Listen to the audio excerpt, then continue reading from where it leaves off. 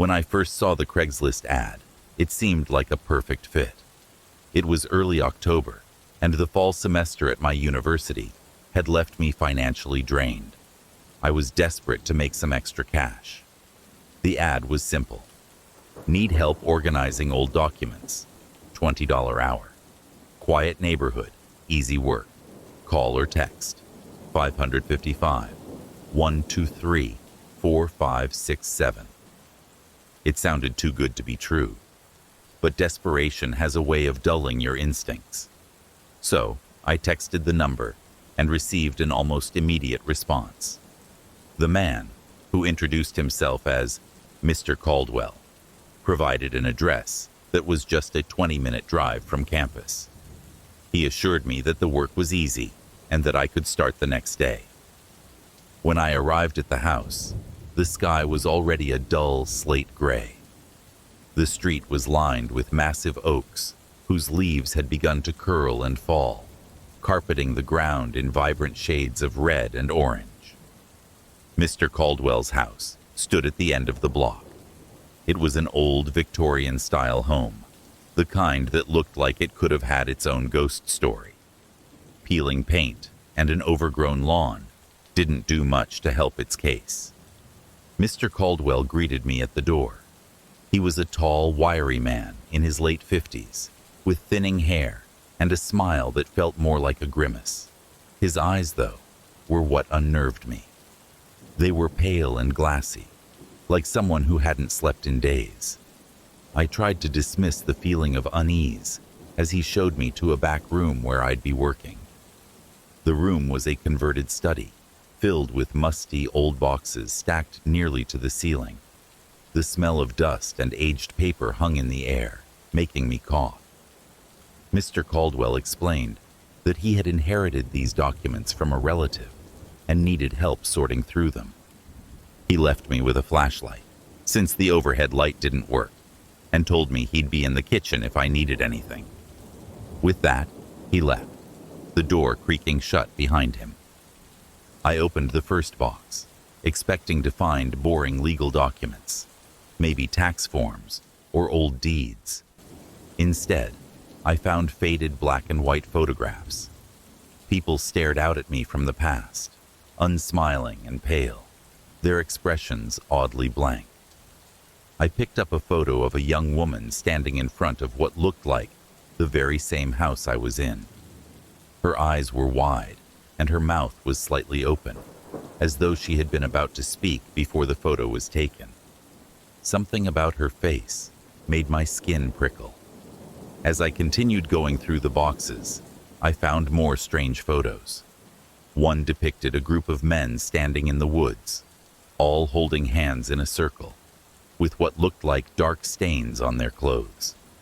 Another showed a shadowy figure standing at the edge of a graveyard, barely distinguishable from the surrounding fog. The most disturbing image was a Polaroid of a single gaping eye, the iris almost glowing in the dim lighting. I shivered, setting the photo down, and noticed the temperature in the room had dropped. The old windows had fogged up, and my breath misted in front of me. Suddenly, the door to the study creaked open. I whipped around, expecting to see Mr. Caldwell, but the hallway beyond was empty, just shadows, stretching longer and darker than they should have been. "Hello?" I called out, my voice echoing strangely. No answer. I decided I needed a break and headed toward the kitchen to let Mr. Caldwell know.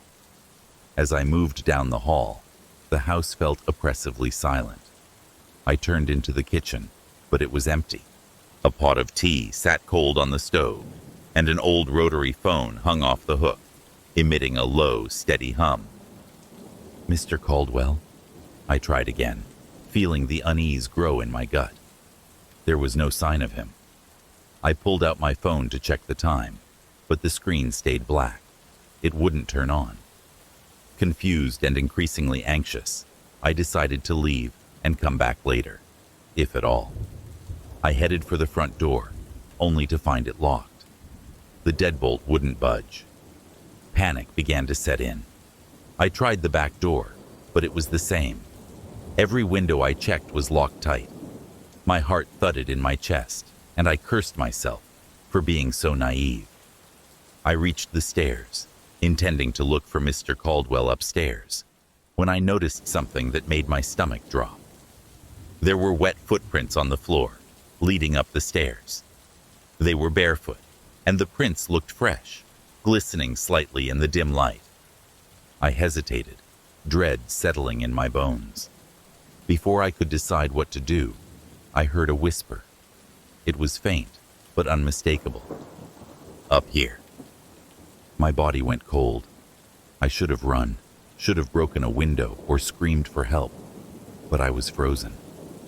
Against my better judgment, I found myself creeping up the staircase, each step groaning beneath my weight. At the top of the stairs, the hallway was shrouded in shadows. The whisper came again, closer now. "This way." The voice was soft, almost childlike. I followed it to a door at the end of the hall, slightly ajar. Pushing it open, I found myself in a small, dusty bedroom. The bed was unmade, and the wallpaper was peeling. But what held my attention was the figure standing in the corner. It was the woman from the photo, the one who had been standing in front of the house. Her eyes were impossibly wide, and her mouth was twisted into a silent scream. She didn't move, but her head tilted slightly, as though acknowledging my presence. The door behind me slammed shut, and I screamed. Whirling around, I tugged desperately at the knob, but it wouldn't budge. When I turned back, the woman was gone. In her place was Mr. Caldwell, standing mere inches from me, his glassy eyes boring into mine. "You shouldn't have come," he said, his voice distorted, as if layered with something ancient and inhuman. I don't remember much of what happened next. I just know I blacked out. When I came to, I was lying on the sidewalk outside the house, the sky dark and full of stars. My phone was in my hand, and it had several missed calls from my roommate, who had been worried when I didn't come home. I never went back to that house. When I tried to find the Craigslist listing again, it was gone. The house, I later learned, had been abandoned for decades. No one named Mr. Caldwell had ever lived there. Sometimes, I wonder if I dreamed the whole thing. But then I remember the Polaroid I found in my backpack afterward, the one of the glowing, watchful eye.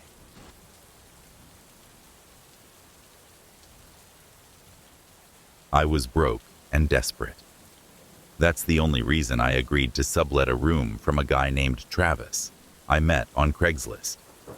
He had a spare room in his apartment in the city, just a short bus ride from campus. The rent was unbelievably cheap, and after a brief text conversation, he said he'd be happy to let me move in immediately. When I first arrived at apartment 6B, the place looked surprisingly normal. The building was older, with creaky stairs and wallpaper that had peeled in places, but it had a certain charm. Travis greeted me at the door with an easy smile. He was tall and a little gaunt, with dark circles under his eyes that spoke of too many late nights. His sandy hair was messy, and he wore an oversized hoodie. Something about his smile seemed forced, but I shrugged it off. "Welcome," he said, his voice casual but tired. "Hope you like it here. It's quiet most of the time, except when the pipes act up." He chuckled, but it sounded hollow. The first few days were uneventful. Travis kept to himself, spending most of his time in his room. We exchanged a few pleasantries here and there, but I never saw him eat or leave the apartment. At night, strange things would happen. I'd hear whispers coming from the walls, too faint to make out the words. The temperature in my room would drop suddenly, and the air would feel heavy, suffocating almost. I chalked it up to the building's age and my nerves at being in a new place. One evening, after a particularly grueling day of classes, I came home to find the door to Travis's room slightly ajar. I hesitated. I didn't want to invade his privacy, but curiosity got the better of me. I peeked inside. The room was almost completely bare. There was a mattress on the floor, a few empty cardboard boxes, and a single withered houseplant in the corner. No sign of any of his belongings. Before I could think too much about it, the door slammed shut on its own, and I jumped back, heart pounding. I stumbled into the living room and found Travis standing there, his face pale and expressionless. "Don't go in there," he said quietly. His eyes looked different, glassy almost. I apologized profusely, but he didn't respond.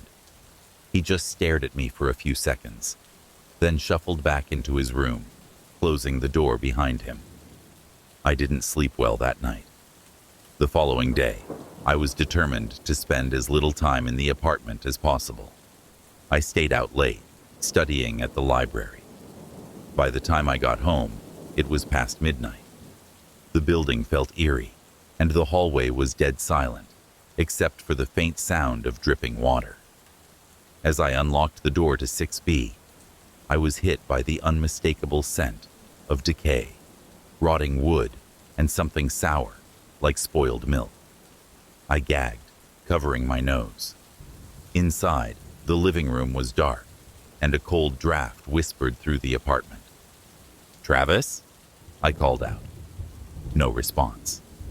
The smell was stronger, making my eyes water. I followed it, dreading what I might find, and ended up standing outside his door again. This time, it was wide open. I stepped inside, but the room was empty, completely empty. No mattress, no plant, nothing. It was as though no one had ever lived there. Confused, I backed out, and that's when I heard a low, rhythmic thumping coming from the walls. I pressed my ear to the plaster, and the sound grew louder, more insistent. I stumbled back, and suddenly, all the lights in the apartment flickered. Shadows seemed to crawl out of the corners, stretching across the floor. My heart felt like it was about to burst out of my chest. Then I heard it, a whisper, unmistakably Travis's voice, coming from the kitchen. I turned, and there he stood. Only it wasn't quite Travis. His eyes were pitch black, and his skin had a grayish tint. His mouth twisted into a grin that looked painful, as if his face didn't know how to smile. "You shouldn't have stayed," he said, his voice layered with something darker, more ancient. The shadows around him twisted and writhed, and I couldn't move. It was as if invisible hands were holding me in place. "What are you?" I managed to choke out. His expression shifted, almost sad. "I've been here a long time," he whispered. "Trapped. Hungry." He stepped forward, and the shadows closed in. I did the only thing I could think to do. I bolted for the front door. I didn't bother grabbing my things. I just ran, feet pounding down the hallway and out onto the street. I didn't stop until I was blocks away, gasping for air. When I finally caught my breath, I called the police, telling them there was something wrong at apartment 6B. They went to investigate, but when they called me back, they said there was no record of anyone named Travis living there. The apartment had been vacant for months. When they searched inside, they found nothing but a bare room and a series of scratches on the walls that looked almost like claw marks. I never went back for my things. I still think about Travis sometimes, or whatever had taken his place. I wondered if he was still there, waiting in apartment 6B for someone new to move in. All I know is that I'll never rent from Craigslist again.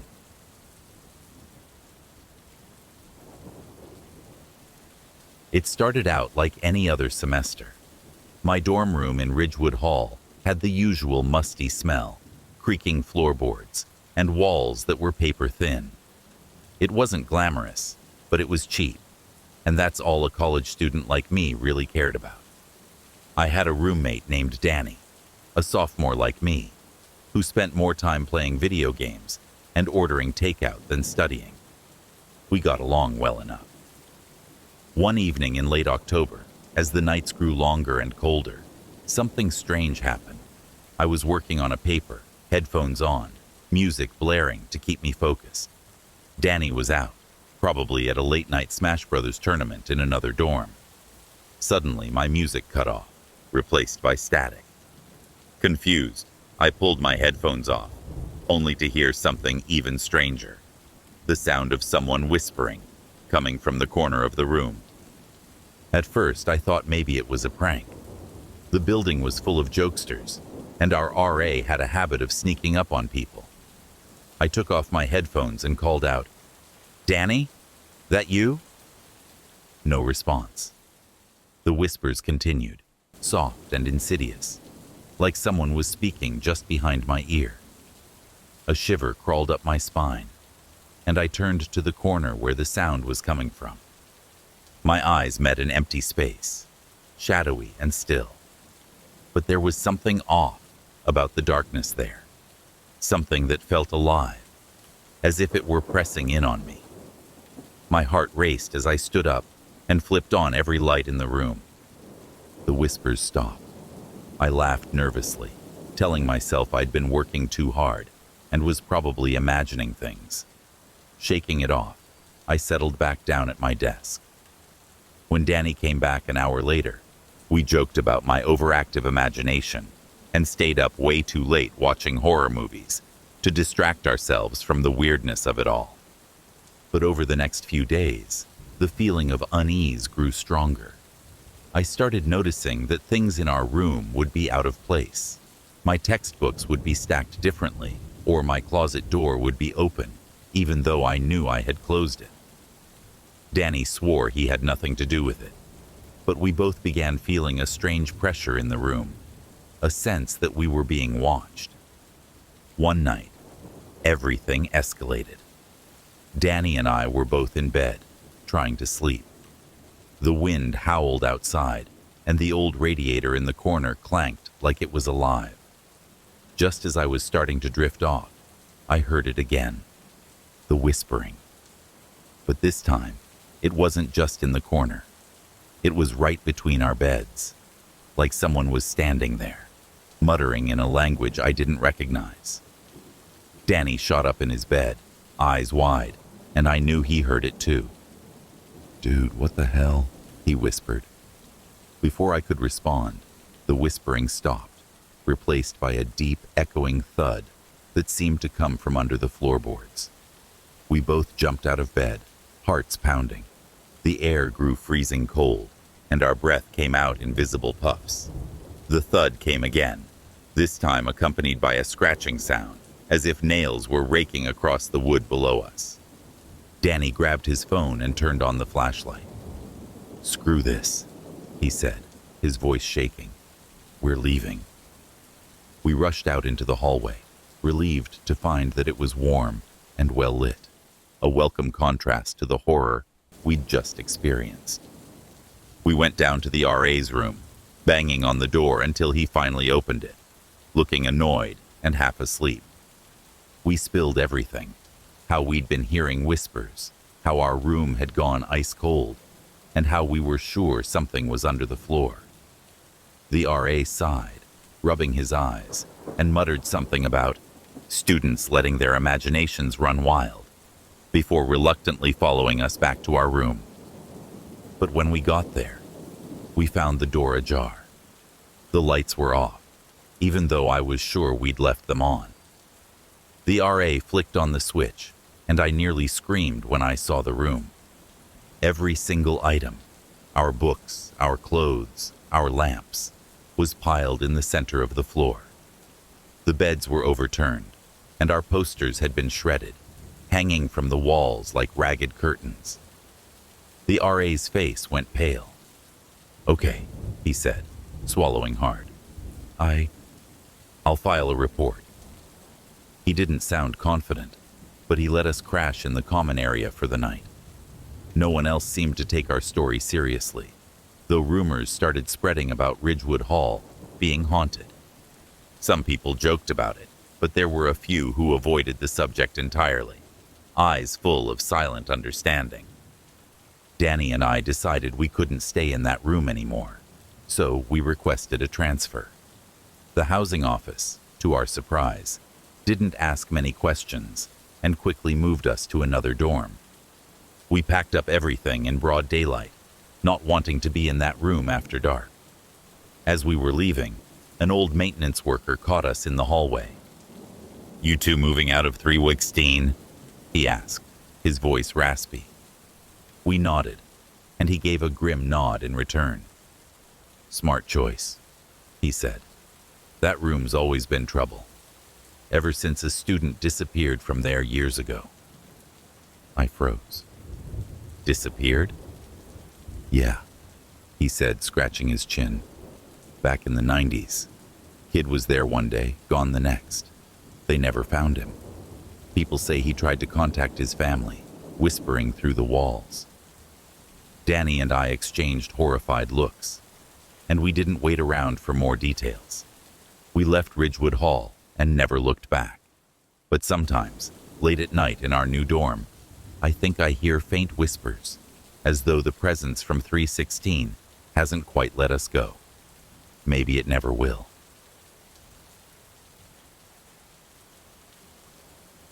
It was my junior year, and I'd just bought a beat-up old sedan from a Craigslist listing. It was all I could afford, and the seller, an older man with kind eyes and a scruffy beard, assured me the car was reliable. "Treat her well," he said, as I handed him the cash. "And she'll treat you well." The way he said it sounded almost mournful, but I shrugged it off. It was just a car, after all. The first couple of weeks were fine. The car, despite its age, ran smoothly, and I was thrilled to finally have some freedom to drive around campus and take midnight trips to the 24-hour diner with my friends. It felt like life was finally going my way. Until one night in early November, when everything changed.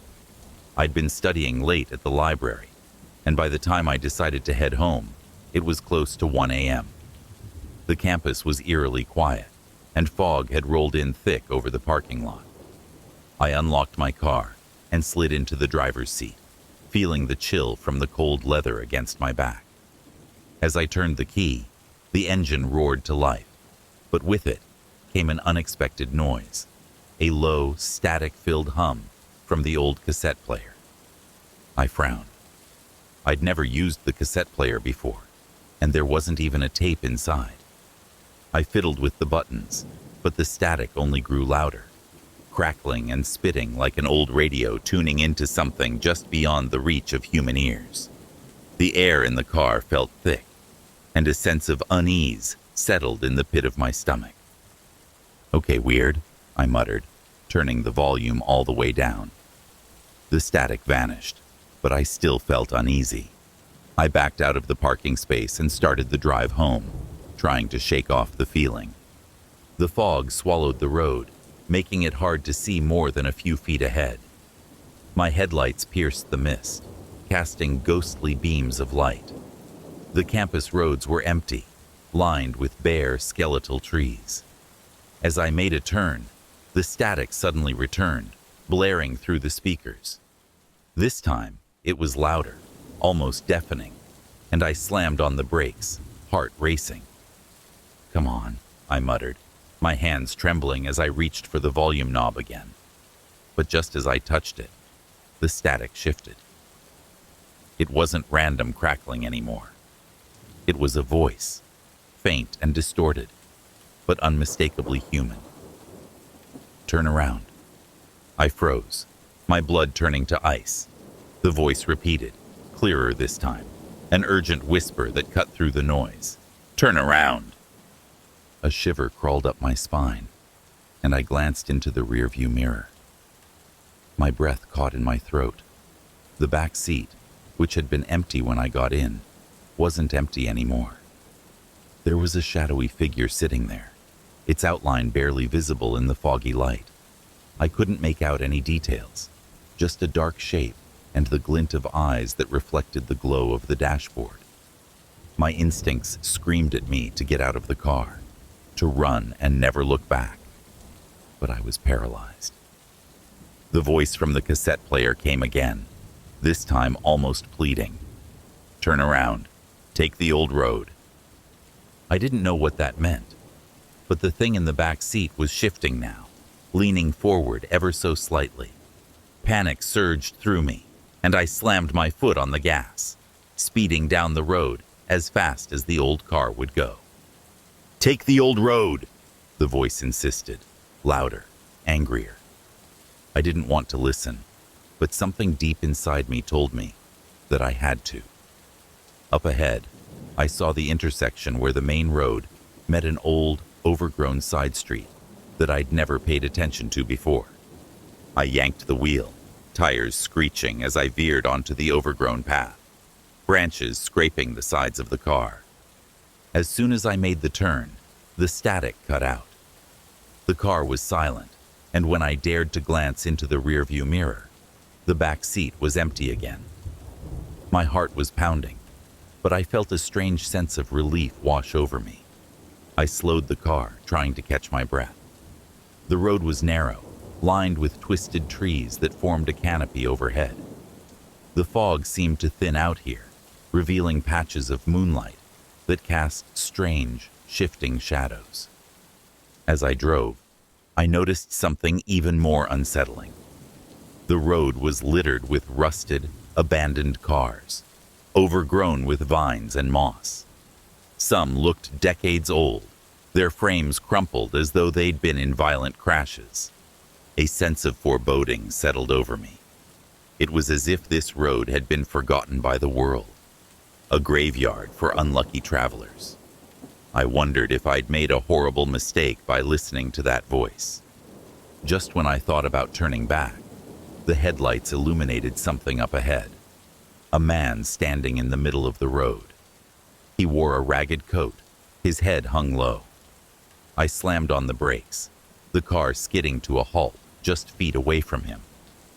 My hands were shaking so badly, I almost couldn't keep hold of the wheel. The man didn't move. Slowly, he lifted his head, and my stomach dropped. His eyes were lifeless, milky white, and his mouth twisted into a smile that didn't reach his hollow gaze. "Thanks for taking the old road," he rasped, his voice like gravel. I threw the car into reverse, but before I could move, the man disappeared. He didn't fade or walk away. He just vanished. In that instant, the car's engine died. The headlights flickered once, twice, and then everything went dark. Panic overtook me. I tried the ignition, but the car wouldn't start. The fog closed in, thicker than ever, and I could feel something approaching, an overwhelming sense of dread pressing in from all sides. Suddenly, there was a sharp knock on the driver's side window. I screamed, whipping my head around to see the same shadowy figure from my back seat, now inches from my face. It whispered, "You shouldn't have come here." And then, everything went black. When I woke up, it was morning. The car was parked on the shoulder of the main road, the old, overgrown path, nowhere in sight. There was no sign of fog, no rusted cars, no shadowy figures. Just sunlight and the hum of distant traffic. I stumbled out of the car, trembling, and checked my phone. It had died at some point during the night. When I finally got back to campus, I told my friends what happened. They thought I was crazy or just sleep-deprived. But when I checked the history of that old road, I found stories, horrible stories, of people who had disappeared there, victims of strange accidents and ghostly encounters. Some said the road was cursed, a trap for lost souls. I never drove that car again. I sold it back on Craigslist, cheap and fast.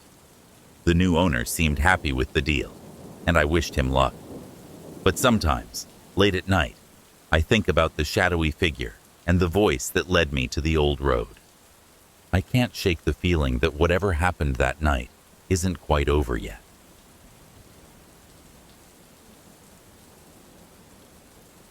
It was the summer before my senior year, and I was looking for an internship that wouldn't feel like a waste of time.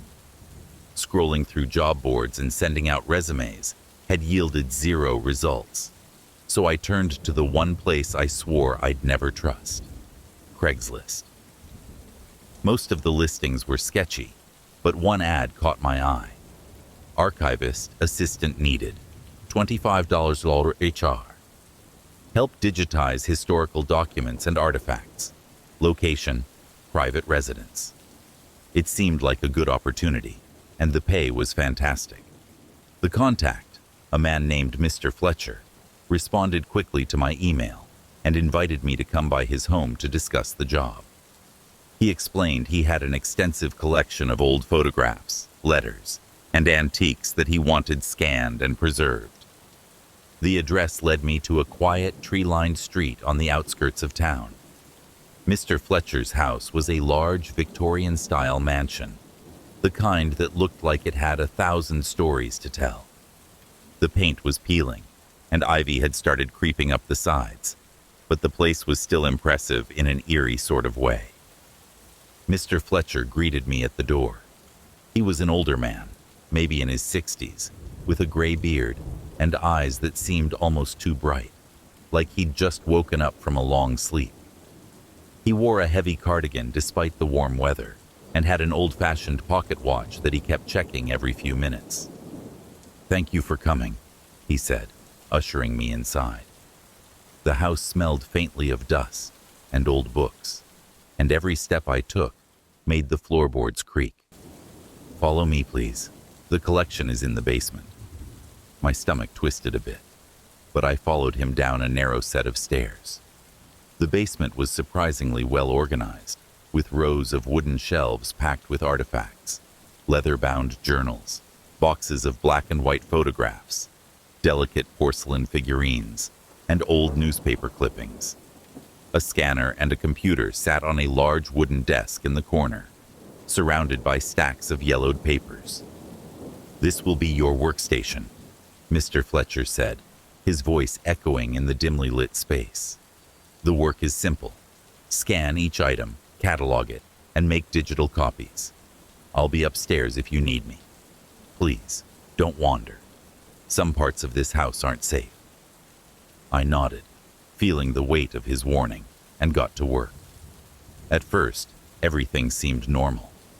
The items were fascinating, and I found myself lost in letters written by long-dead soldiers, photographs of families from the 1800s, and beautifully illustrated maps. It felt like stepping back in time. But then, things started to get strange. While I was scanning an old photograph of a family standing in front of a lake, I thought I saw one of the figures move. Just a flicker, a slight turn of the head. I blinked, convinced I was imagining things. The photo was still, just a trick of the light, I told myself. An hour later, as I was cataloging a leather-bound journal, I felt an icy breeze brush against the back of my neck. I turned around, but the basement was empty. The windows were sealed shut, and there was no draft. I rubbed my arms, trying to shake off the feeling. Then came the whispers. Soft, almost imperceptible, like someone muttering just out of earshot. I paused, straining to hear, but the room fell silent. The hairs on my arms stood on end, and I took a deep breath, trying to steady myself. "Get a grip," I whispered. "It's just an old house. Old houses make noises." But the noises didn't stop. As the hours ticked by, the whispers grew louder, more insistent. They came from the corners of the basement, from between the shelves, and sometimes right behind me. I was on edge, jumping at every creak and groan the house made. When I heard what sounded like a child giggling, I nearly bolted up the stairs. I decided to take a break and went to find Mr. Fletcher. I climbed the creaky stairs and called out, Mr. Fletcher? The house was deathly silent. I checked the living room, the study, and even peeked into the dining room, but he was nowhere to be found. I pulled out my phone to check the time, but the screen was frozen. Confused and increasingly unnerved, I went back to the basement to grab my things. But when I got there, something was wrong. The scanner and computer were gone. The desk was empty, as if I had never been working there. Panic rose in my chest, and I stumbled backward, tripping over one of the shelves. Old papers scattered across the floor, and that's when I noticed one of the photographs. It was a picture of Mr. Fletcher, only he looked different, younger. He stood in front of the very same house, smiling at the camera, but there was something off about his eyes. They were too bright, just like they had been when I met him, and behind him, in one of the windows, there was a shadowy figure. My blood ran cold. I scrambled to my feet and ran up the stairs, my heart pounding. When I reached the front door, I grabbed the handle and pulled, but it wouldn't budge. It was locked, and the keyhole looked ancient, as though it hadn't been used in years. I banged on the door, yelling for help, but my voice was swallowed by the oppressive silence of the house. Desperate, I ran to the nearest window and tried to open it, but it was sealed shut. My reflection stared back at me, pale and frightened, and I noticed something that made my heart stop. There, in the reflection, was Mr. Fletcher, standing right behind me. I spun around, but he wasn't there. The house was empty, yet I could feel his presence, watching me, waiting. Then, the whispers came back, louder this time, echoing off the walls. They seemed to be saying the same thing, over and over. "You shouldn't have come." The lights flickered, and the shadows in the corners of the room seemed to shift and grow. I could feel them closing in, the air growing colder with each passing second. I stumbled back into the basement, the only place that felt even remotely familiar. But it wasn't familiar anymore. The shelves had been rearranged, forming a maze that hadn't been there before. The whispers were all around me now, and I could hear footsteps, soft and deliberate, echoing through the maze. I ran, turning corners blindly, searching for any way out. But I was only getting more lost. Finally, I came to a dead end, and there, in front of me, was another photograph lying on the floor. With trembling hands, I picked it up. It was a picture of me standing in the basement, with an expression of terror frozen on my face. And behind me, looming in the shadows, was Mr. Fletcher. I dropped the photograph and backed away, but there was nowhere to go. The whispers rose to a deafening roar, and the last thing I remember before everything went black was a cold hand gripping my shoulder. I woke up outside, lying on the front lawn of the house.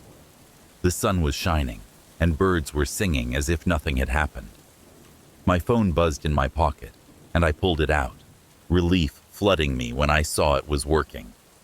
But as I checked the time, I realized something was wrong. An entire day had passed. I never went back to that house, and I never heard from Mr. Fletcher again. The Craigslist listing disappeared, and when I tried to find out more about the property, I learned that it had been abandoned for decades. They said the previous owner, a historian named Mr. Fletcher, had vanished years ago under mysterious circumstances. I still hear whispers sometimes, late at night, when everything is quiet. And sometimes, just sometimes, I feel a cold hand on my shoulder, as if Mr. Fletcher is still there, waiting for me to finish the work I started.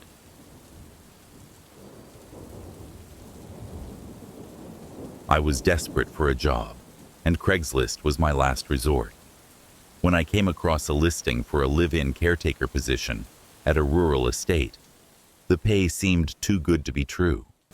It offered free room and board, plus $1,500 a week. The only requirement: I'd be in charge of maintaining the house and grounds, while the owner, Mr. Graves, was away on business. The ad also emphasized strict adherence to the rules. That sounded odd, but I needed the money, so I applied. Within hours, Mr. Graves emailed me back. We had a quick phone interview, and he seemed perfectly normal, charming even.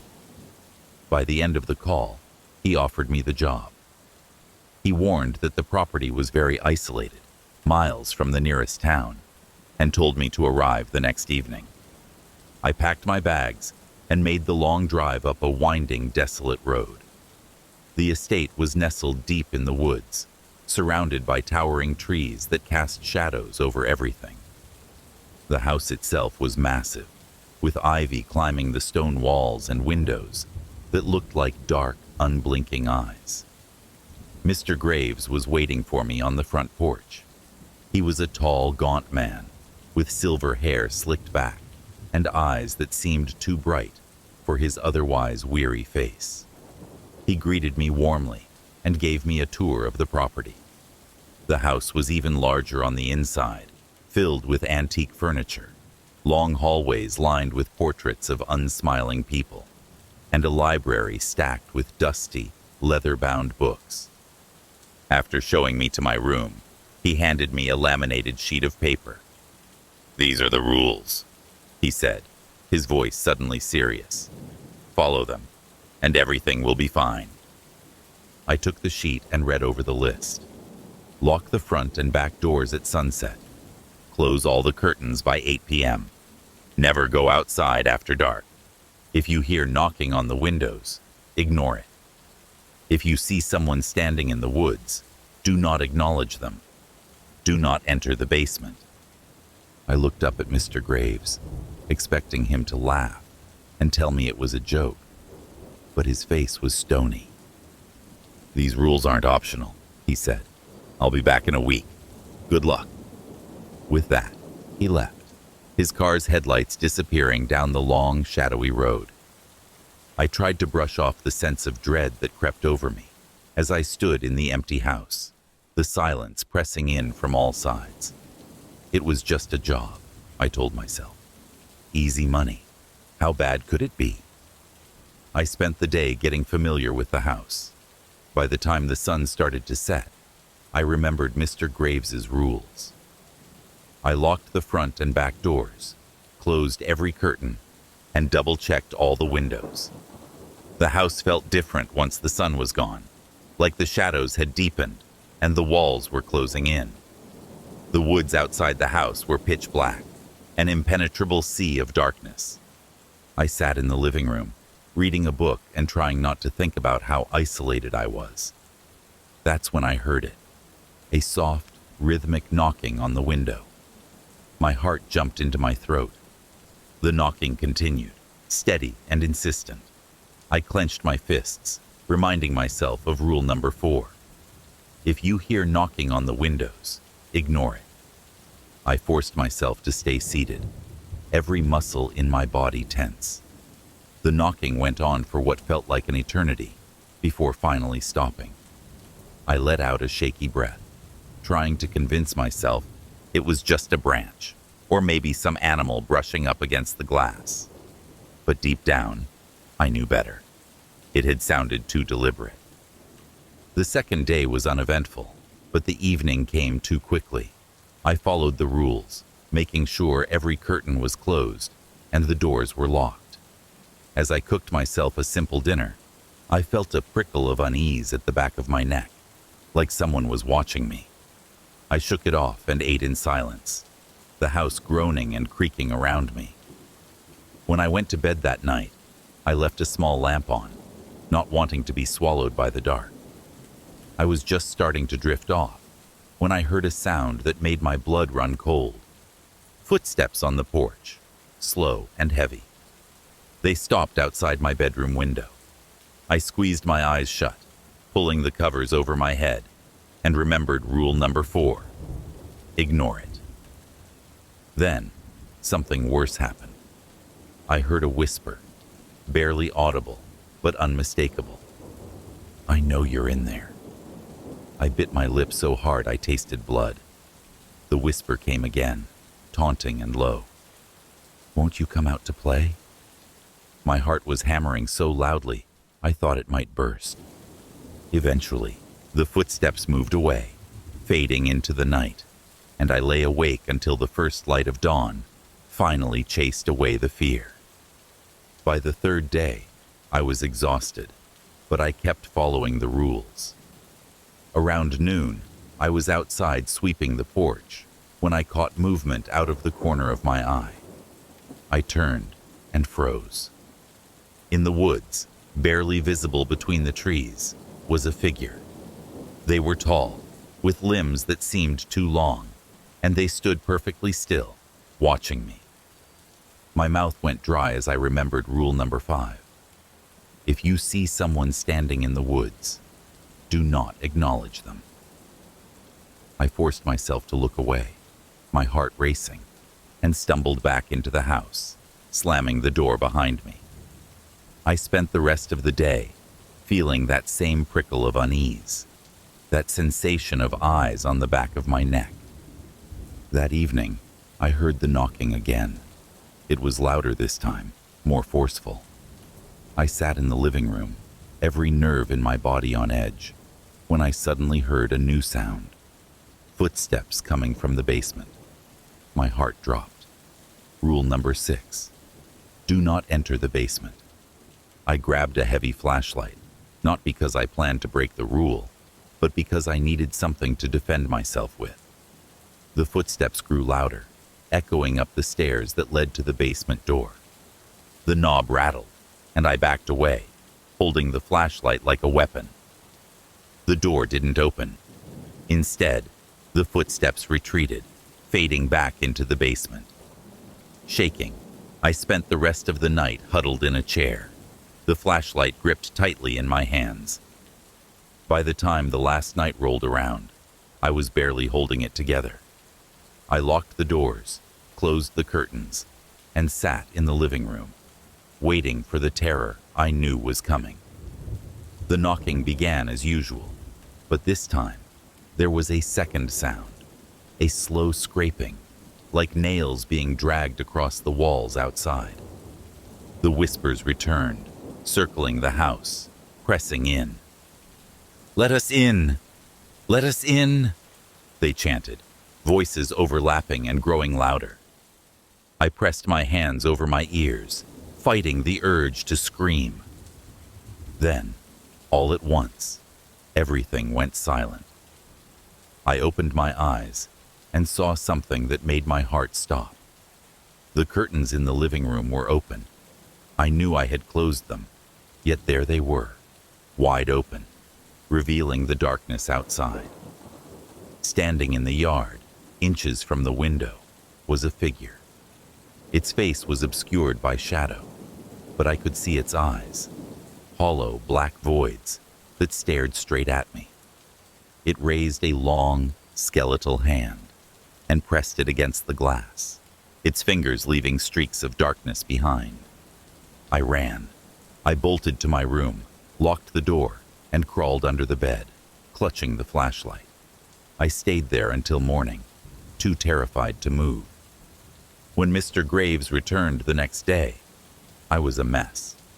My hands shook, and I could barely speak.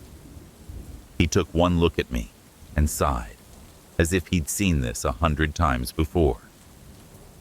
"The house likes to test its caretakers," he said softly. "You followed the rules. You survived.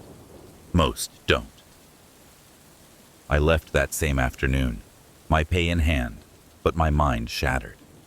To this day, I can't explain what happened in that house. I tried looking up its history, but there was nothing, just rumors, whispers of people who had taken the job before me and never been seen again. I don't browse Craigslist anymore, but sometimes, when I'm lying in bed late at night, I still hear that rhythmic knocking in my dreams, and I wonder if Willow Creek Manor will ever let me go.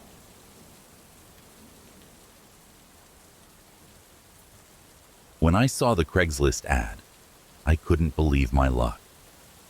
A room for rent in a gorgeous old Victorian house, just 5 minutes from campus, for half the price of any other listing I'd seen.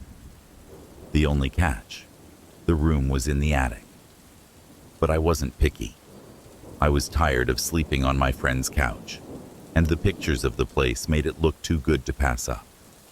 I met the landlord, Mrs. Henderson, a frail woman with a kind smile and a voice so soft it was almost hard to hear.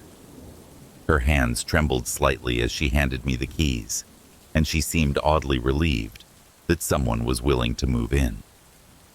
"I hope you'll be comfortable up there," she said as she led me to the attic stairs. Her eyes lingered on the door at the top for a moment, and a shadow of something, I wasn't sure what, crossed her face. "It hasn't been rented out in years, you know." The attic room was surprisingly nice. Slanted ceilings, a cozy little bed in the corner, and a large circular window that overlooked the street. The air smelled slightly musty, but with a few candles and an open window, it felt like a home. I moved in that same evening, feeling good about my decision. For the first couple of nights, everything was fine. I settled in, unpacked my books, and even managed to decorate the space a little. The old house made strange noises at night, but I was used to that kind of thing.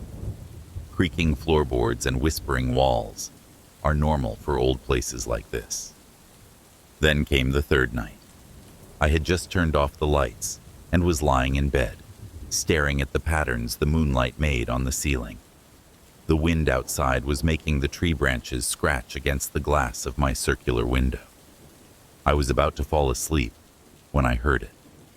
A faint tapping sound coming from behind one of the wooden panels in the wall. It was rhythmic, almost deliberate, like someone tapping a finger. I sat up, heart thudding in my chest, and listened. The sound stopped. I brushed it off, telling myself it was probably just the old wood settling, and tried to go back to sleep. But as soon as I closed my eyes, the tapping started again, louder this time. Frustrated and a little creeped out, I got out of bed and approached the wall. "Hello?" I whispered, feeling stupid for talking to a piece of wood. The tapping stopped, and I half laughed at myself, shaking my head. But just as I was about to turn back, there was a soft knock from inside the wall, as though someone was answering me. I stumbled back, heart racing. The silence that followed was so thick, I could barely breathe. Deciding I'd had enough for the night, I grabbed my phone and turned on a podcast to drown out the noise. Eventually, exhaustion won out, and I fell into a restless sleep. The next day, I asked Mrs. Henderson about the attic. She seemed surprised when I mentioned the tapping. "It's probably just mice," she said, though she avoided meeting my eyes. "These old houses have their quirks. Best not to worry too much." She gave me a smile that didn't quite reach her eyes, and I couldn't shake the feeling that she wasn't telling me everything. That night, things got worse. It was past midnight when I heard the tapping again, louder and more insistent. I sat up, clutching my blanket, and realized the sound was moving. It wasn't just coming from the wall anymore. It seemed to circle the room, as if whatever was making it was walking inside the walls. The tapping grew faster, more erratic, and then, without warning, it stopped. I held my breath, ears straining for any sound. That's when I heard a soft, childlike giggle coming from somewhere behind me. I whipped around, but the room was empty.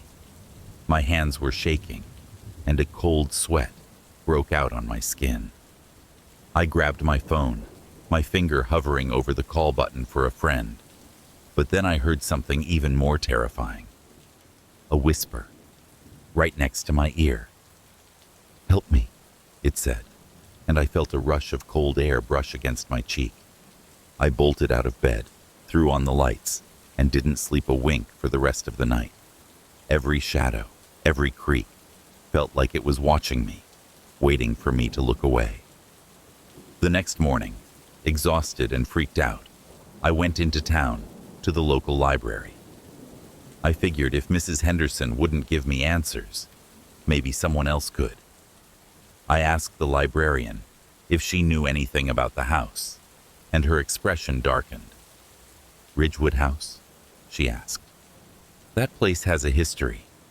She pulled out some old newspaper clippings and laid them in front of me.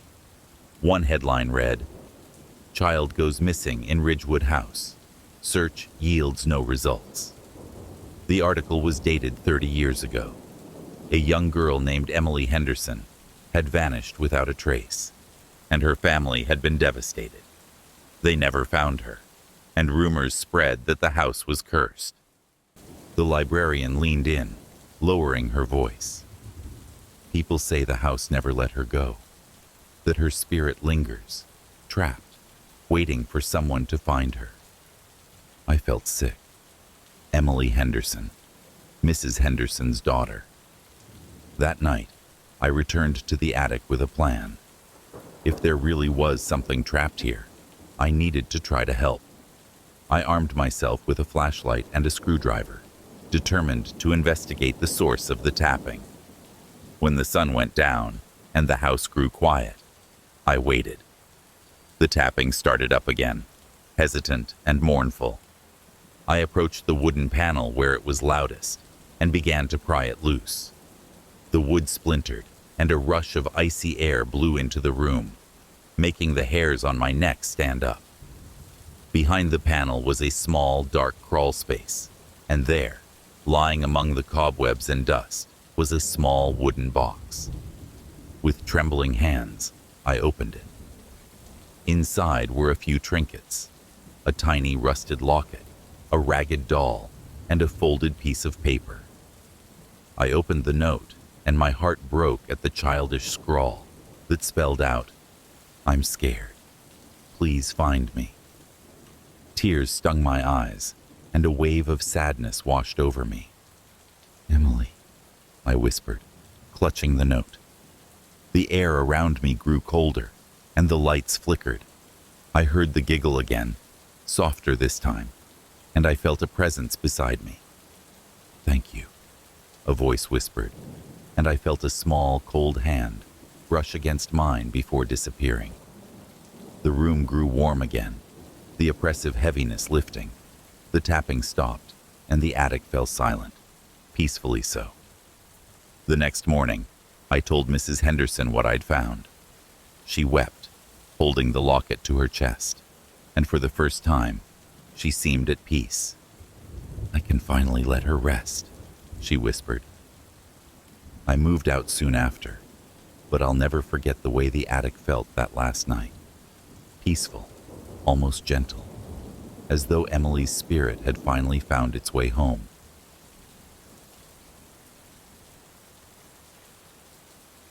The glow of the laptop screen illuminated the dimly lit room, casting shadows that danced on the walls like specters. I sat hunched over, fingers poised above the keyboard, heart racing with anticipation. Craigslist had always been a treasure trove of the bizarre and the macabre. I had become something of an aficionado, sifting through the mundane ads to find those rare nuggets of darkness hidden within the banality. Tonight, I was on the hunt for something truly unique, a deal that would make my pulse quicken and my skin crawl. Scrolling through the listings, I paused at an ad that caught my eye. "Free to a good home, a collection of antique dolls, some very special." Beneath it was a single haunting image, a row of dolls lined up on a dusty shelf, their glassy eyes reflecting a world long forgotten. My curiosity piqued, and I clicked through, greedily reading the description.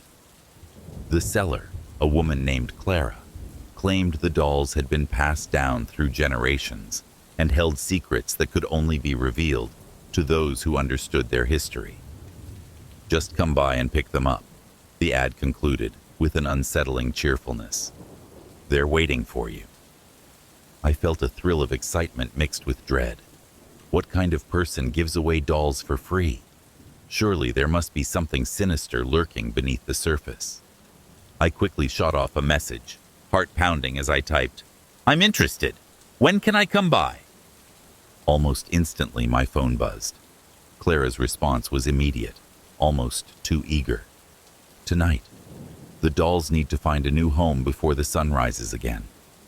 I felt a chill creep up my spine, but dismissed it as mere nerves. After all, I was just picking up some creepy dolls. What could possibly go wrong? I grabbed my jacket, slipped on my shoes, and headed out into the night, the thrill of the unknown driving me forward. The address took me to a dilapidated house at the end of a long, overgrown street, surrounded by gnarled trees that seemed to reach for the sky like twisted fingers. The air was thick with an unsettling stillness, the kind that wraps around you and makes your skin prickle.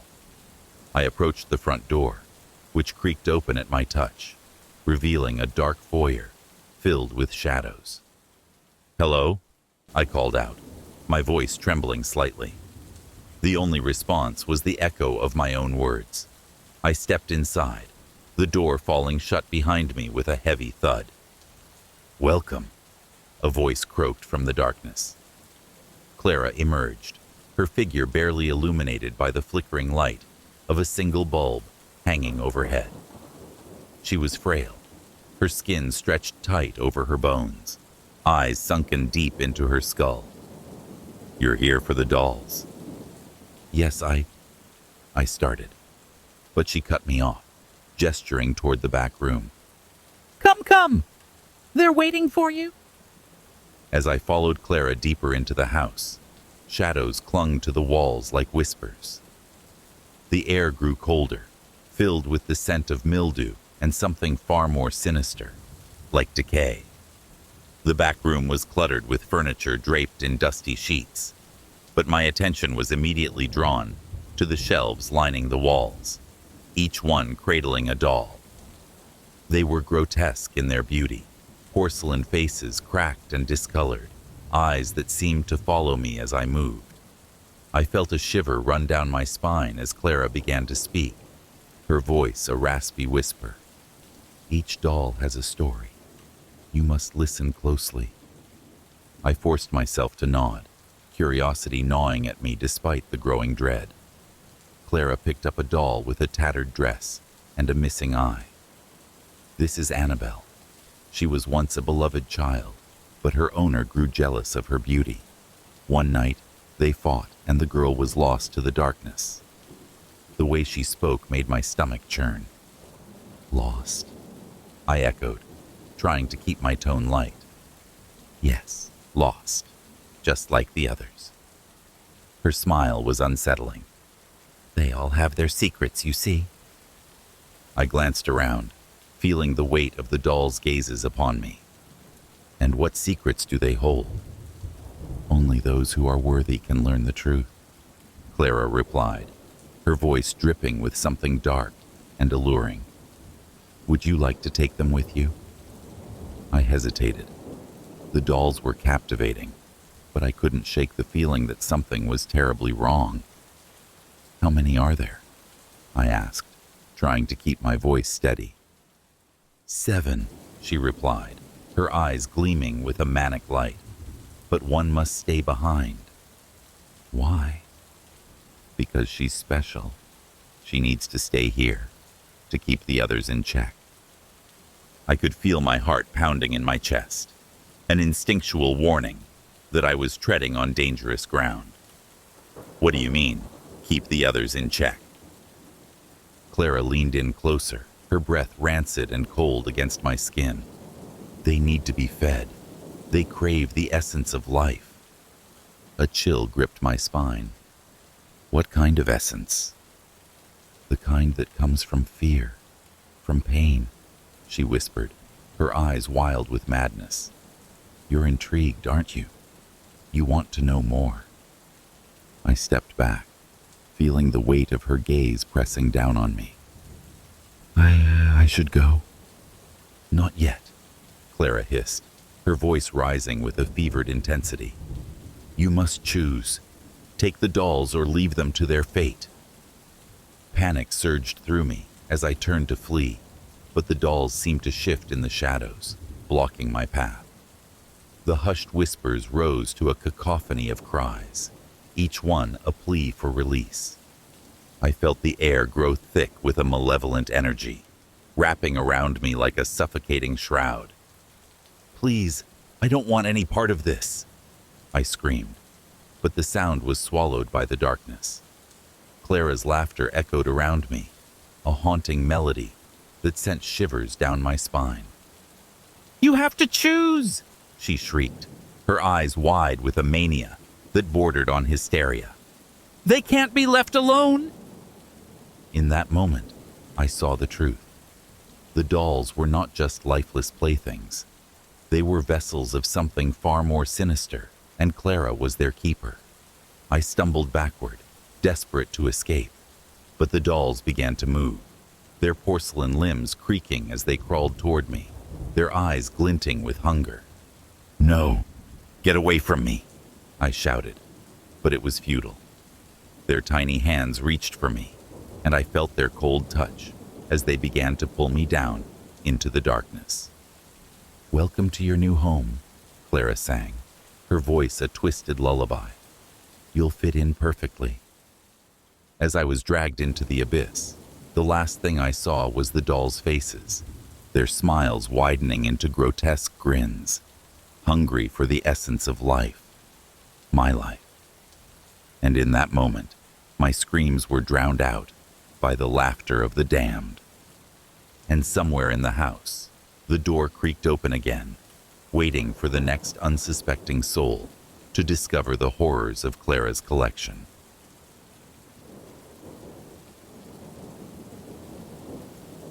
I'd just graduated college and needed a place to stay while I figured out my life.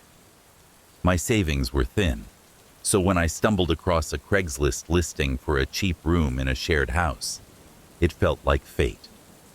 The listing described the property as Willow Creek Manor, a beautiful historic mansion nestled in the woods, now converted into shared living spaces. The rent was astonishingly low, and the photos showed a stunning old house with ivy-covered brick, arched windows, and wide, sweeping balconies. I contacted the landlord, an old man named Mr. Whitaker, who spoke in a shaky, creaky voice that matched the house's antique appearance. He was eager for me to move in and didn't ask many questions. You'll be staying in the East Wing, he told me. Just keep the noise to a minimum, and don't wander into the West Wing. It's unstable. When I arrived, Willow Creek Manor was even more breathtaking in person. The woods surrounding it were dense and shadowy, and the house seemed to loom over the clearing like something out of a Gothic novel. Mr. Whitaker greeted me with a thin, tired smile and showed me to my room. The hallway was lined with portraits of stern-looking ancestors, and the wood paneling smelled of age and dust. My room was small but cozy, with a 4-poster bed and a view of the tangled, dark forest outside. The first night was quiet, almost serene. The house creaked and groaned as old houses do, but the sense of history was comforting. I unpacked my things, lit a candle, and read a book until I drifted off to sleep. But things changed quickly. On my second night, I woke up around 2 a.m. to the sound of footsteps in the hallway. Heavy, deliberate steps, as if someone was pacing just outside my door. I held my breath, listening, but they stopped as suddenly as they had begun. I got up and cracked open the door, peering into the dark hallway. It was empty, the portraits staring back at me with their lifeless eyes. I shrugged it off and went back to bed, trying to convince myself it was Mr. Whitaker making his rounds. The next day, I asked him about it over breakfast. His pale blue eyes looked tired, and he paused before answering. Sometimes the house makes noises, he he said, avoiding my gaze. It's old. It has its ways. I didn't know what to say, so I let it go. But the house didn't. That night, I was woken again, this time by the sound of whispering. It was low and breathy, almost like the wind, but the words were unmistakable. Help me. Find me. They seemed to come from inside the walls. I sat up, heart pounding, and clutched the blanket. The room had grown freezing cold, and I could see my breath in the candlelight. The whispers faded, and once again, I found myself creeping to the door. I stepped into the hallway, shivering, and felt a draft coming from the end of the corridor, the west wing. Remembering Mr. Whitaker's warning, I hesitated, but curiosity got the better of me. I tiptoed down the hallway, my footsteps muffled on the ancient carpet, until I reached a set of double doors. The air was colder here, almost icy, and the door handles were covered in dust. Slowly, I pushed one of the doors open and stepped inside. The west wing was in ruins. The walls were cracked, and the furniture lay in broken heaps, as though something violent had happened. The air smelled damp and metallic, like rust or old blood. As I explored, I found an old nursery, its rocking horse tipped over, and a decaying crib standing in the corner. A feeling of deep sorrow washed over me, and I turned to leave, but a shadow moved across the wall. "Who's there?" I whispered, my voice trembling. The shadow didn't respond, but it seemed to ripple, spreading across the walls like ink in water. Suddenly, the door behind me slammed shut, and I spun around, heart pounding. The whispers started up again, louder now. "Help me, please." Panicking, I pulled at the door, but it wouldn't budge. The shadows thickened, coiling in the corners, and I could feel something in the room with me, a presence heavy with grief and anger. Then, a child's sob echoed through the nursery, and I turned back to see a ghostly figure standing in front of the broken crib. It was a little girl, her form flickering like a dying candle flame.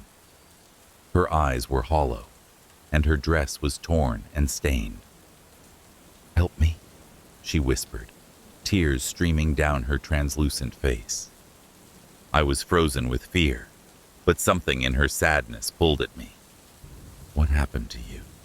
I managed to ask, my voice barely audible. Before she could answer, the temperature in the room plummeted even further, and the shadows seemed to come alive. They swirled around the girl, wrapping her in darkness, and she screamed, a bone-chilling, heart-wrenching cry that echoed through the house. The door behind me burst open, and I stumbled out, gasping for air. Mr. Whitaker was there, his face pale and eyes wide with terror. "I told you not to come in here," he snapped.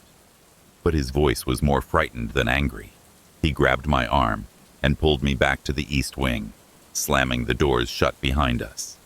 I was too shaken to respond, but I demanded answers once I caught my breath. Mr. Whitaker sighed, his shoulders slumping. "The girl," he said quietly. "Her name was Eleanor. She was my great-great-niece. She disappeared in this house a century ago. We never found her body, but her spirit remains. The house holds on to her." Tears glistened in his tired eyes. "I've tried to help her move on, but she's trapped, bound by whatever darkness lurks in this place." The next few days were a blur of sleepless nights and constant dread.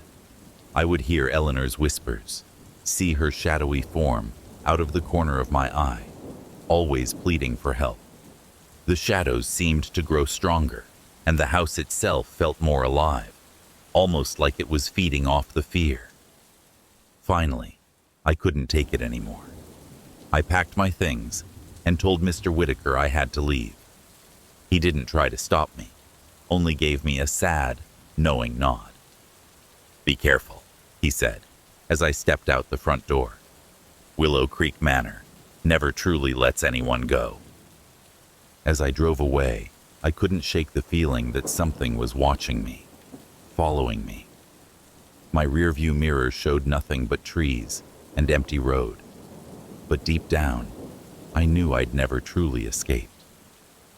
Eleanor's voice still haunts my dreams, and shadows seem to linger a little longer in the corners of my new apartment. I don't know if she's still trapped in that house, or if a part of her followed me.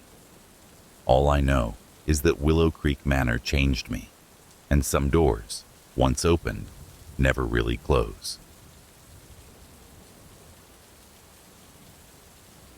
I never thought I'd be the type to browse Craigslist for anything more than the occasional used couch or vintage game console. But after moving to a new city and feeling the sting of loneliness, I found myself scrolling through the listings late one night. I was looking for something to fill the void, something that would shake up my humdrum existence. That's when I stumbled upon a post in the free section that caught my eye. It simply read, "Free vintage typewriter, a writer's dream." Below it was a picture of an old typewriter, its keys yellowed with age and the body covered in dust. "Pickup only. Must love words." I chuckled to myself. It was whimsical, and I had always wanted a typewriter for my writing. I quickly shot a message to the poster. "I'm interested.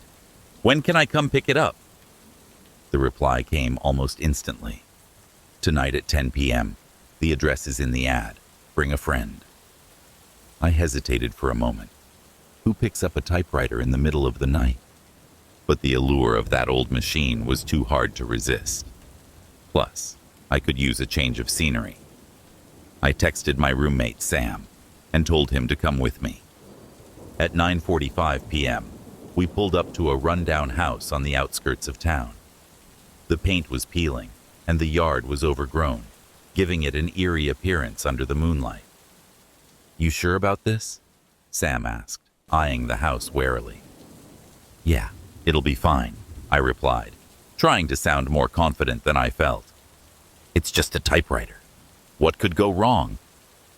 We walked up the creaking steps to the front door, and I knocked. A moment later, the door swung open to reveal a woman, her hair wild and unkempt, eyes wide and glimmering with an unsettling intensity. You're here for the typewriter, she exclaimed, her voice almost musical.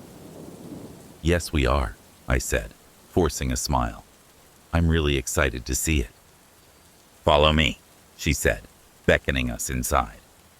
The interior of the house was dimly lit, filled with strange trinkets and dusty books. It smelled musty, as if the air hadn't been disturbed in years. I couldn't shake the feeling that something was off, but I followed her deeper into the house. "It's right this way," she said, leading us to a small room at the back. As we entered, I felt a wave of nostalgia wash over me. The room was cluttered with vintage items, stacks of old paper, and, in the center, the typewriter sat on a worn table, illuminated by a single flickering light bulb. "It's beautiful," I said, moving closer to examine it. The woman smiled, but there was something unsettling about her expression. "It's more than just a typewriter. It has a history, you know. It belonged to a writer who went mad. They say it can bring your words to life." "Bring your words to life?" Sam echoed, skepticism lacing his voice. The woman's eyes sparkled with excitement. "Yes, it feeds on creativity, but be careful. Some say it can also reveal the darkness within." I felt a shiver run down my spine, but curiosity won over my apprehension. "What do you mean by reveal the darkness?" I asked, glancing at Sam, who looked just as uneasy as I felt. "Those who write on it sometimes become obsessed," she said, her voice lowering to a whisper. "The typewriter draws out their deepest fears and desires. It can consume you." "Sounds like a horror movie plot," Sam quipped, crossing his arms. "Oh, it's very real," she replied, her gaze unwavering. "But if you're brave enough, you might discover something incredible." I looked at the typewriter again, feeling a strange pull toward it. "Can I try it out?" "Of course," she exclaimed, her excitement palpable. "Just remember to be careful with your words." I sat down in front of the typewriter, its keys cool under my fingers. I took a deep breath, trying to shake off the unease. "What should I write?" I murmured, more to myself than anyone else. "Whatever comes to your mind," she urged, "let it flow." With a nervous smile, I began to type, the keys clacking rhythmically. As the words poured out, I felt a rush of exhilaration. I was writing about my dreams, the stories I wanted to tell, the adventures I longed for. But then, as if responding to my thoughts, the typewriter began to sputter. The keys jammed, and I felt a sudden chill fill the room. "What's happening?" I asked, looking up at the woman, who was now watching me with a strange intensity. "Keep going," she urged, her eyes glinting with anticipation. I hesitated but pressed on, forcing my fingers to continue typing. The words twisted and turned, morphing into something dark and twisted, a story of betrayal, fear, and loss.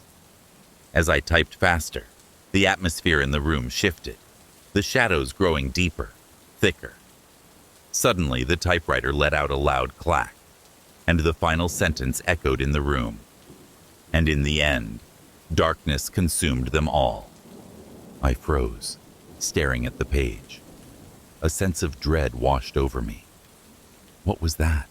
I whispered, looking up at the woman, who now wore a satisfied smile. "Just the truth," she replied, her voice low and melodious. "You've tapped into its power." Before I could respond, the lights flickered, and the temperature in the room dropped.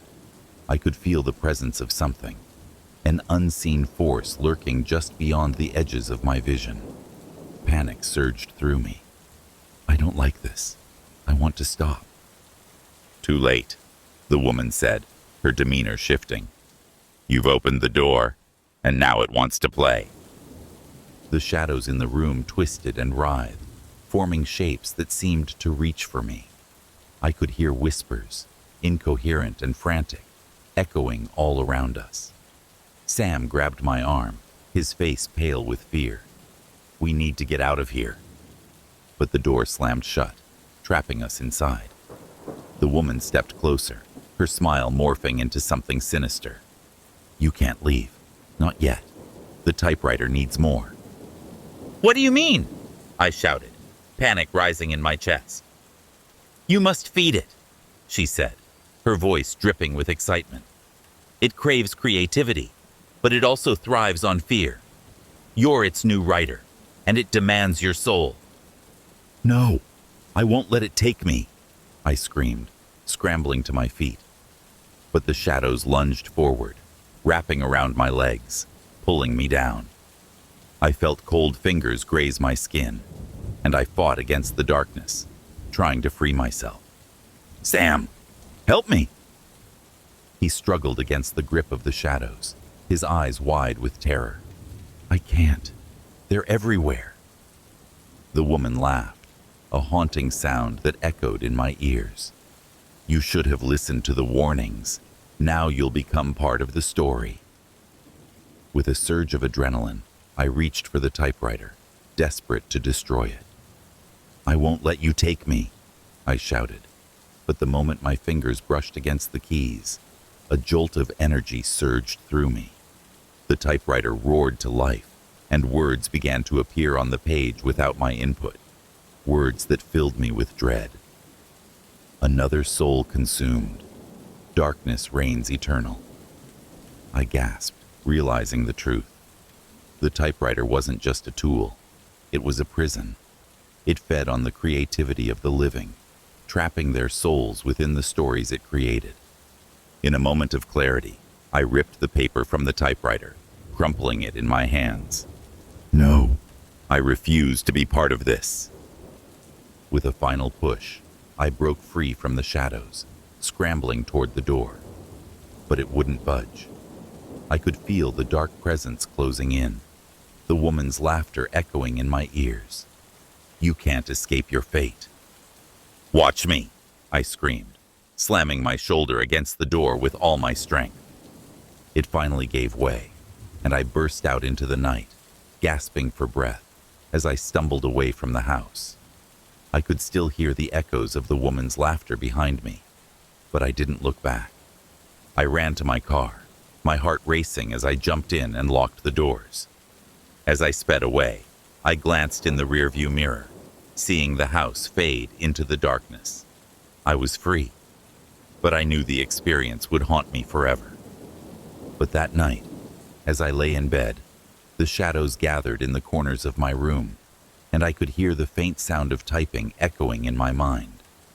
It was a reminder that the typewriter had claimed its prize, a piece of my soul to hold captive, waiting for the moment I would let my guard down again. And as the whispers began to swirl, I realized that I could never truly escape the darkness that lurked just beyond the light.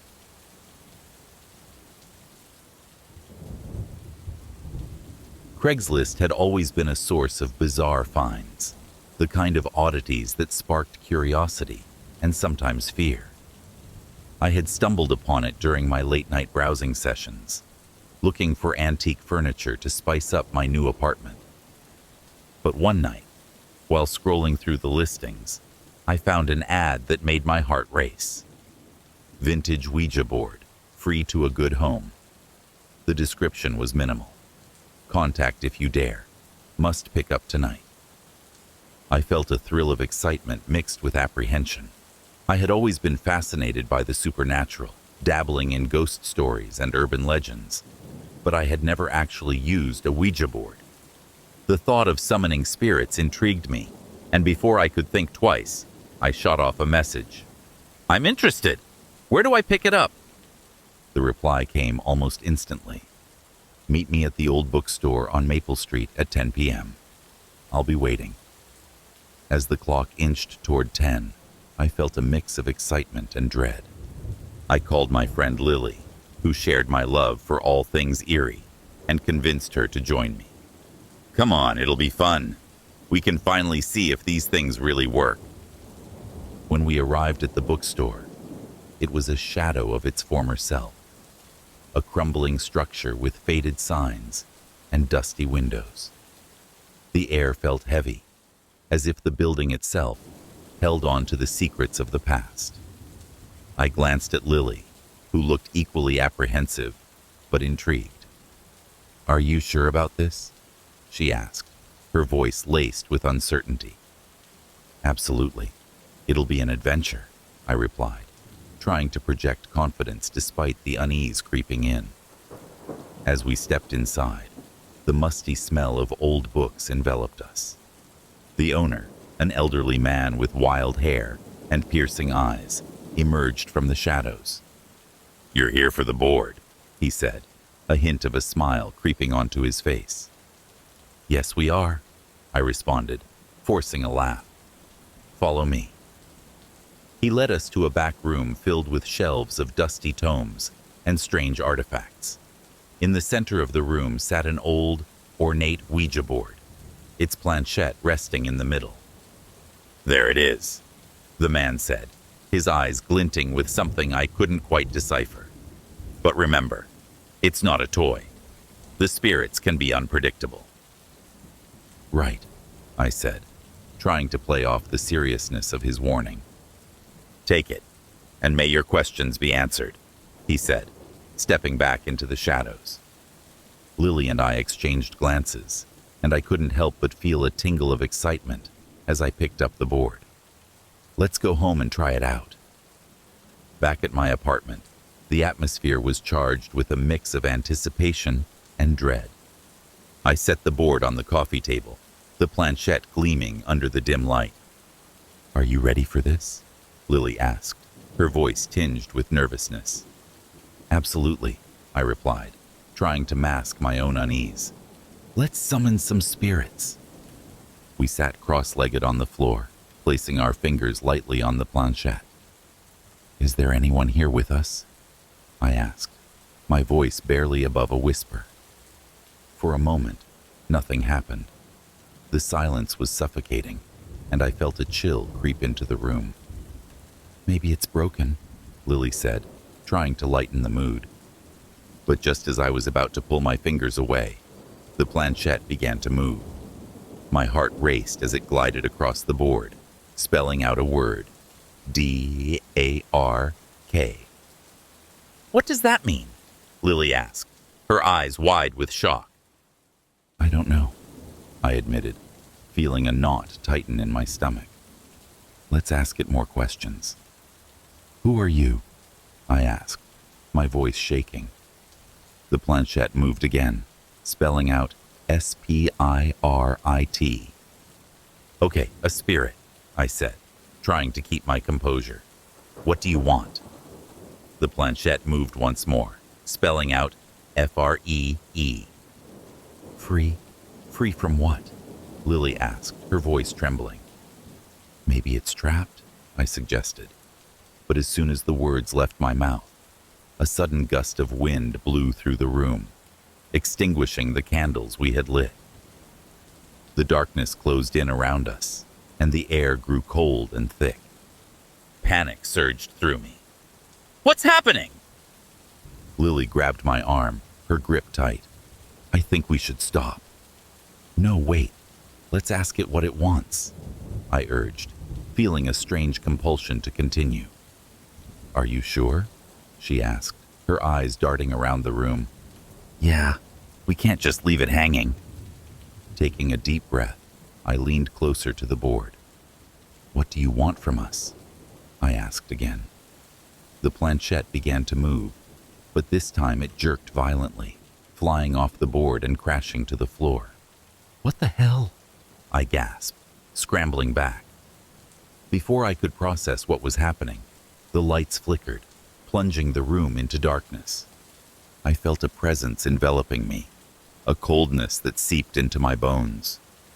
We need to go, Lily shouted, but I felt rooted to the spot, my breath caught in my throat. Suddenly, a low whisper filled the room, echoing in my mind. Set me free. Did you hear that? I asked, my voice trembling. Lily nodded, her face pale. This isn't funny anymore. Let's get out of here. But the door slammed shut with a deafening bang, rattling the walls. I turned to it, panic rising inside me. What the hell? The whispering grew louder, filling the room with a cacophony of voices. Set us free! Set us free! I felt the shadows closing in, a suffocating darkness that pressed against my skin. We need to break the connection, I shouted, but the voices drowned me out, their cries growing more desperate. Lily grabbed the board, her eyes wide with terror. We have to close it. It's not safe. Okay. I fumbled to remember the proper way to end a session. Goodbye. We're closing the session. The planchette began to move on its own, spelling out Never. What do you mean, never? I screamed, feeling the presence intensifying. The shadows twisted around us, forming dark shapes that seemed to reach out, clawing at the air. Stop it, Lily yelled, tears streaming down her face. Let us go. I felt a pulling sensation, as if the spirits were trying to drag us down into the darkness. We can't let it take us, I shouted, grabbing the planchette and slamming it onto the board. Goodbye. We're done. The room erupted in chaos. The whispers turned to screams. The shadows lunged at us, and I could feel the air crackling with energy. In a moment of sheer desperation, I hurled the board across the room, shattering it against the wall. Silence fell. The darkness receded, the air growing still, and the door creaked open. I felt the weight lift, but the fear lingered in the corners of my mind. Lily and I stumbled out of the house, breathing heavily as we ran to my car. "What the hell just happened?" she gasped, her face pale with shock. "I don't know," I said, shaking, "but we're never doing that again." As we drove away, the fear subsided, but a nagging feeling remained. We had disturbed something that night, something dark and hungry that might not be so easily forgotten. That night, as I lay in bed, the shadows in my room felt thicker, as if they were watching, waiting. And when I closed my eyes, I could still hear the whispers echoing in my mind, begging for freedom.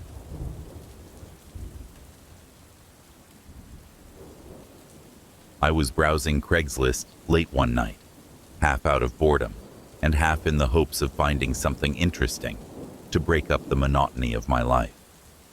My eyes glazed over the usual listings for old furniture, cheap cars, and dubious job offers, until I stumbled upon something that piqued my curiosity.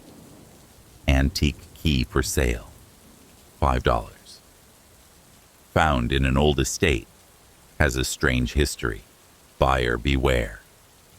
The post included a photo of a large ornate key, the kind you'd see in an old mystery novel.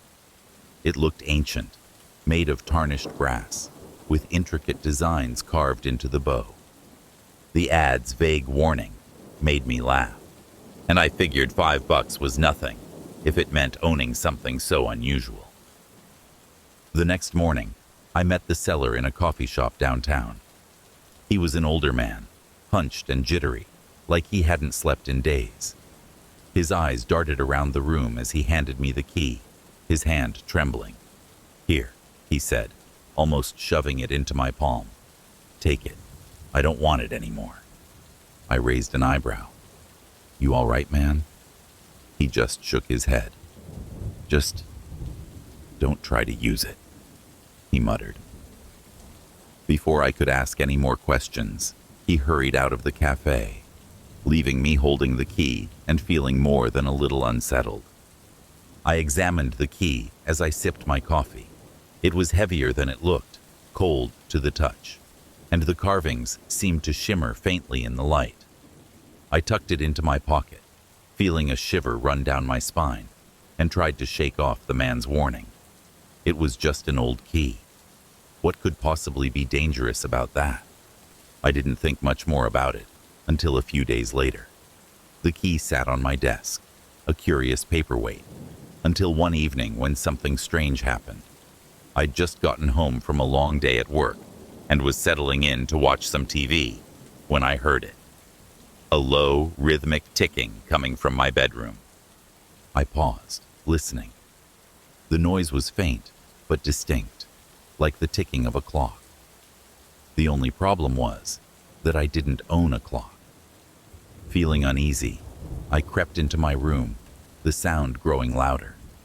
It was coming from my desk, from the key. I picked it up, heart pounding, and the ticking stopped. I stood there for a long moment, key in hand, waiting for something else to happen. When nothing did, I laughed nervously. Maybe it was just my imagination, or a sound from the neighbors. But as I set the key back down, I couldn't shake the feeling that it was aware, watching. That night, I dreamed of a door.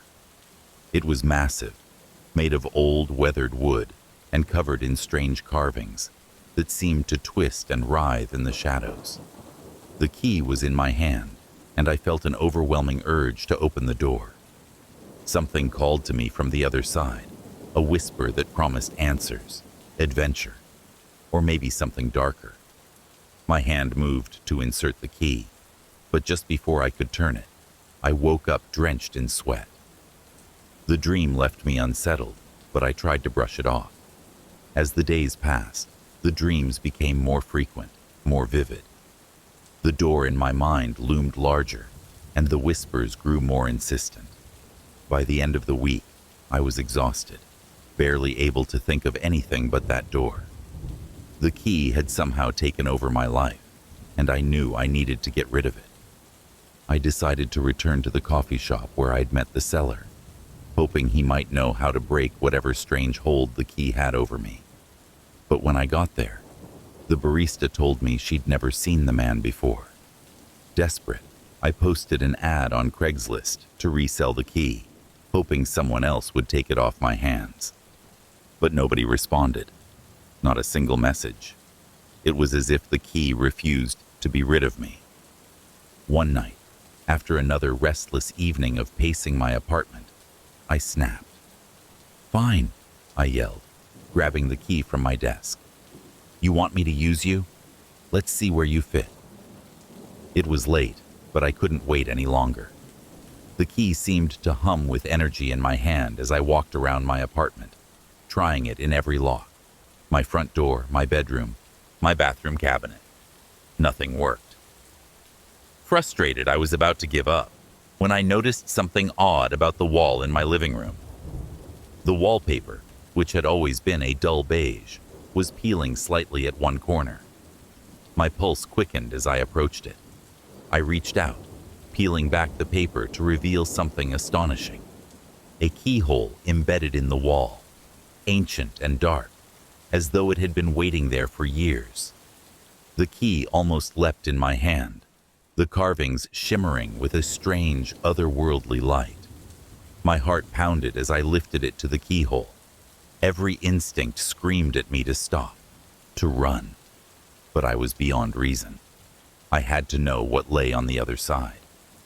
With a deep breath, I slid the key in and turned. The wall shuddered, and a wave of freezing air rushed out, carrying the scent of damp earth and something metallic, like blood. The wallpaper around the keyhole began to peel away, revealing a wooden door that hadn't been there a moment before.